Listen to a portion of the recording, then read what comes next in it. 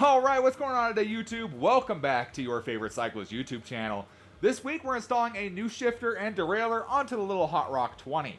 But before I get into today's video, if you are new to my channel, make sure you head down below, hit that subscribe button for me. If you already are subscribed, make sure you hit that bell icon right next to that. That way you get notified every time I upload. That way you don't miss any of this awesome cycling content on this channel. So like I said, I've got the Hot Rock 20, the specialized Hot Rock 20 behind me. This is my daughter's mountain bike here. And we're doing some upgrades to it. We've done a bunch of things to this, from swapping out the bottom bracket to a steel bearing bottom bracket, adding a little chain guide here. We installed a new freewheel.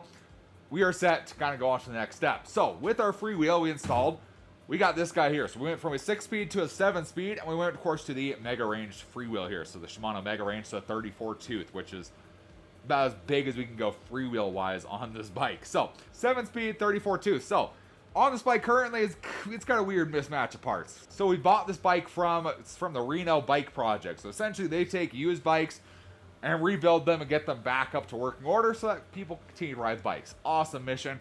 So we got her little pink bike from, and that's where we got this one from as well. So it's got a weird combination right now. So up here at the bars, it has a twist shifter here. It has the Shimano Revo shift up here.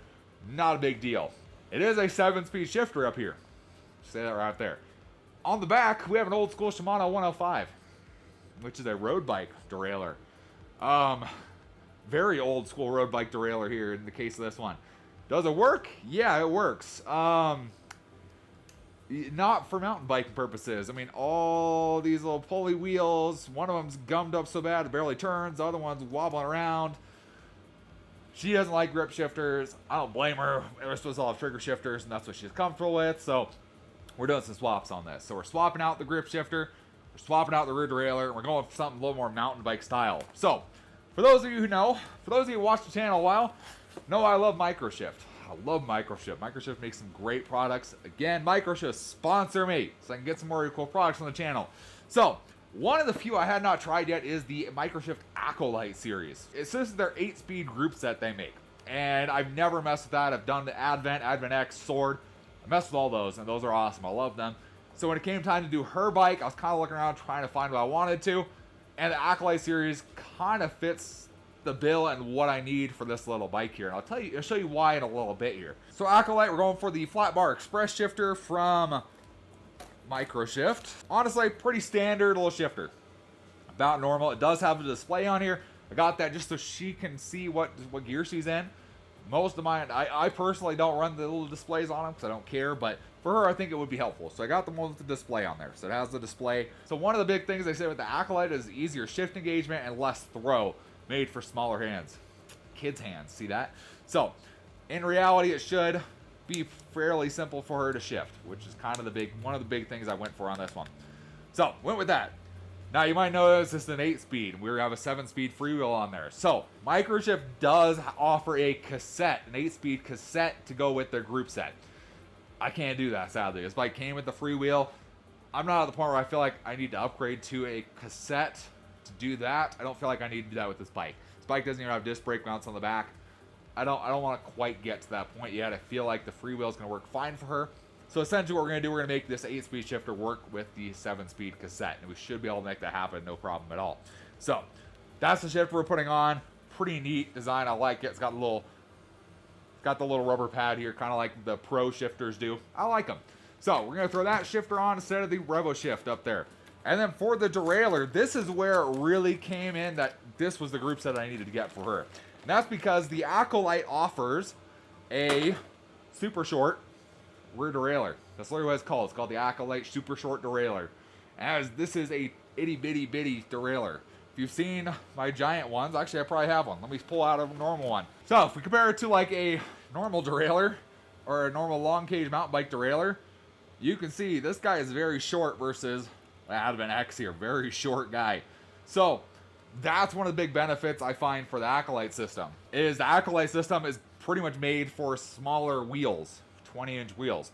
If I stuck that long cage derailleur on here, that derailleur can be like right next to the ground. If she leans it over or hits the rock on that side, that derailleur is gone. This guy should keep it nice and tucked up in there, away from the ground a little bit more. It should look cleaner. And this guy still does have a semi-clutch derailleur. It has what's called a spring lock. I've never used that before. But essentially you can turn this and it activates a spring, a clutch in here, and that will add tension to it. And then when you need to release it, you pull this lever and it goes off. I've never used that before. Kind of excited to try that out. I think it's gonna be a cool thing to try out. One of the few models of microSHIFT I haven't tried out yet. So let's move on over here. Let's go ahead and pull our rear derailleur off here. We'll get this guy onto our rear derailleur hanger, and then we'll move to the bars and pull the RevoShift off. Okay, so rear derailleur comes off super easy. So we already got the little cable end off. Hope trying to save those because they have little blue ends on them, which are kind of cool, and my daughter likes. So we're just gonna go ahead, undo that guy. So we got that guy out. Should be able to pull our housing out of there. All right, we should be able to loosen. There we go. Take our derailleur off of here.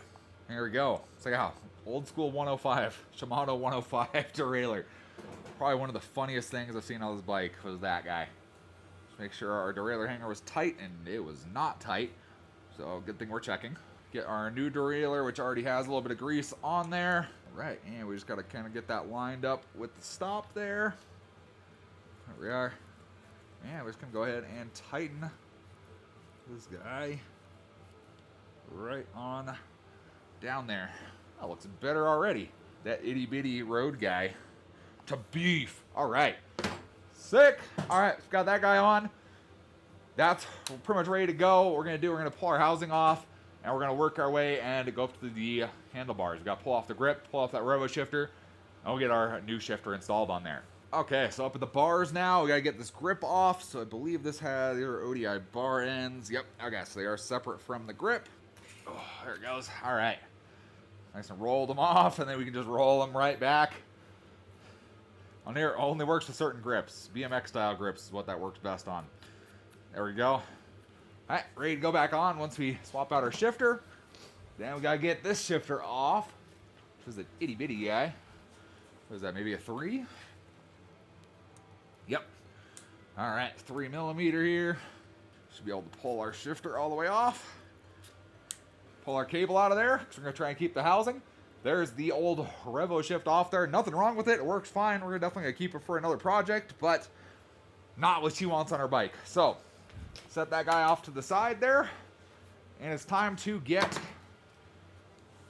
the new Acolyte on here. Just like that for right now.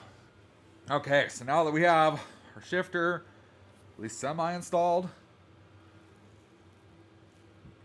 we need to untangle our cable here. Like I said, we are not changing housing out on this. This housing is new as far as I'm aware. It looks very new. I believe they did this when they refurbished the bike. So this should all be good to go. So it should just be as able to just feed all this cable through our old housing here. There it goes.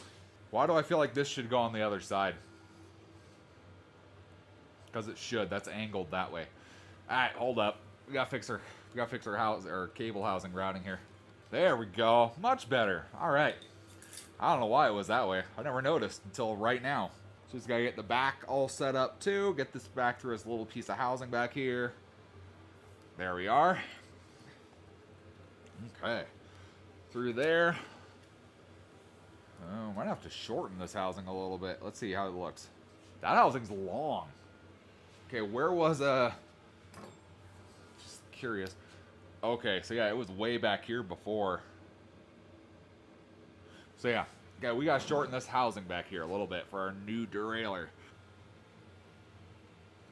There we go. Let's see. 1, 2, 3, 4, 5, 6, 7. There we are. All right. Looks solid. So next up from there, we're gonna get our new chain installed. We're actually gonna make a separate video on how to measure out your chain length for a new drivetrain.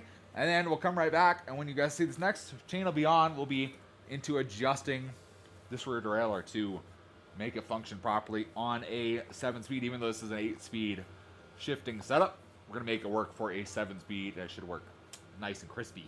All right, so we got our new chain installed. Oil slick's looking sick. So now what we need to do is actually adjust our derailleur. So pretty much all we've done is pull this cable through and make it relatively tight. If we go ahead and start pedaling this,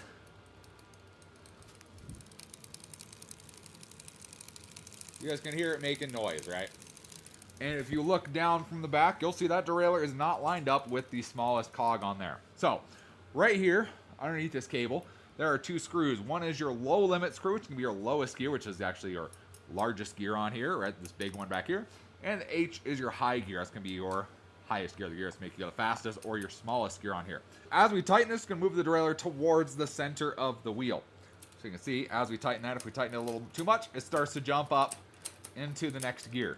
So what we want to do is get it to that point, and we're going to back off about a quarter turn to right there. Perfect. That looks good. So as you'll notice, your cable now is loose. So we're going to grab our Allen key. I think it was a 4mm, and we're going to pull our cable tension tight. Because without your cable tension tight, you're not going to get your derailleur adjusted properly. So now that that's tight, we should be able to go and shift, and it should pop up into the next gear. With the cable tight, it should do that. You might need to make small minor adjustments, but it should be able to go up into that next gear. From there, we're going to go all the way up. We're going to be kind of careful going into our largest gear, because with our setup right now, we still have an extra gear. This is an 8-speed. This is a 7-speed. So right here is where we're going to do kind of what I would call a lockout of our 8th gear. So we're going to go to our low limit screw, which is this big guy here, and we're going to turn this guy in. As we tighten this guy, it's actually pulling it back towards the outside of the bike. So what we want to do is actually tighten that guy up. And by tightening this guy up, we're actually getting rid of that 8th gear, essentially, not allowing it to shift into that 8th gear. So you can see if I try and shift it now, it still shifts. So we got to go quite a bit more in. And it should start to make some noise. There we go. So you can see now, I cannot shift. No matter how hard I push, it will not go into another gear.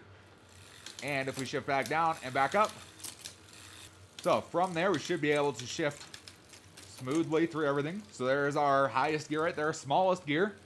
You go click 1, 2, 3, 4, 5, 6. And we cannot go another one. So we have locked out essentially 8th gear on here. So there's no 8 gears, there's only 7. All right, so from there, we just gotta cut our cable off. Or not all the way off. Cut it some of off. Give us some extra length here. So we're gonna go down. Generally, I like to go from there to our first little bolt there, which is about yay long. And then we have our little blue cap that we're going to throw back on here, so it matches the rest of them. So there's one other thing we need to do. I'll bring you right over here and I'll show you it. Okay, so last thing we have to do with this is, I guess this little screw, this little guy right here. So most of these mountain bike derailleurs have a clutch derailleur, which essentially adds tension to this, so when you're going over bumps, it's not doing that and dropping your chain. So what the Acolyte has is, they call it a spring lock is what that is. It has to do with this little guy right here and this lever. So what you're supposed to do is you just put a 5mm wrench in here, and you just turn this until that lever, oh, okay. So watch this lever right here.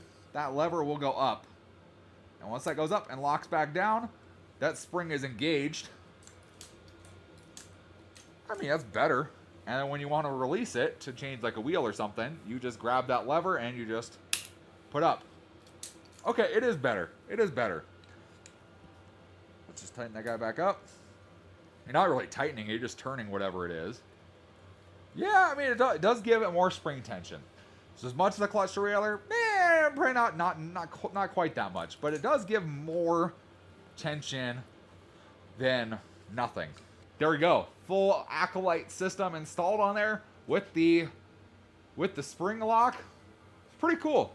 Pretty cool. I've never seen this before. I've never used it before. Only one that I think only one they offer in a super short. So you have it, like I said, go up to an 8-speed. I'm using it on a 7-speed and just locked out that 8th gear. So it works with both of those. Works on these 20-inch wheels. You have tons of space between here and here. Well, let's go all the way up. Let's go all the way up to the biggest gear. Let's see how much space there is. So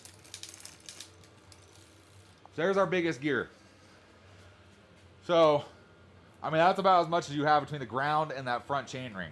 So, you have plenty of space here. It keeps it tucked in. Yeah, that works good. I like that. All right, there we go. We got the microSHIFT Acolyte setup on here, the super short derailleur with the shifter up here. We got our bar, we got our grip back on here. This is all temporary right here. All I have right now is black grips that are full length, and she's not going to like black grips. So we're not doing black grips. We'll just figure out something with her, what she wants to do. Probably purple something.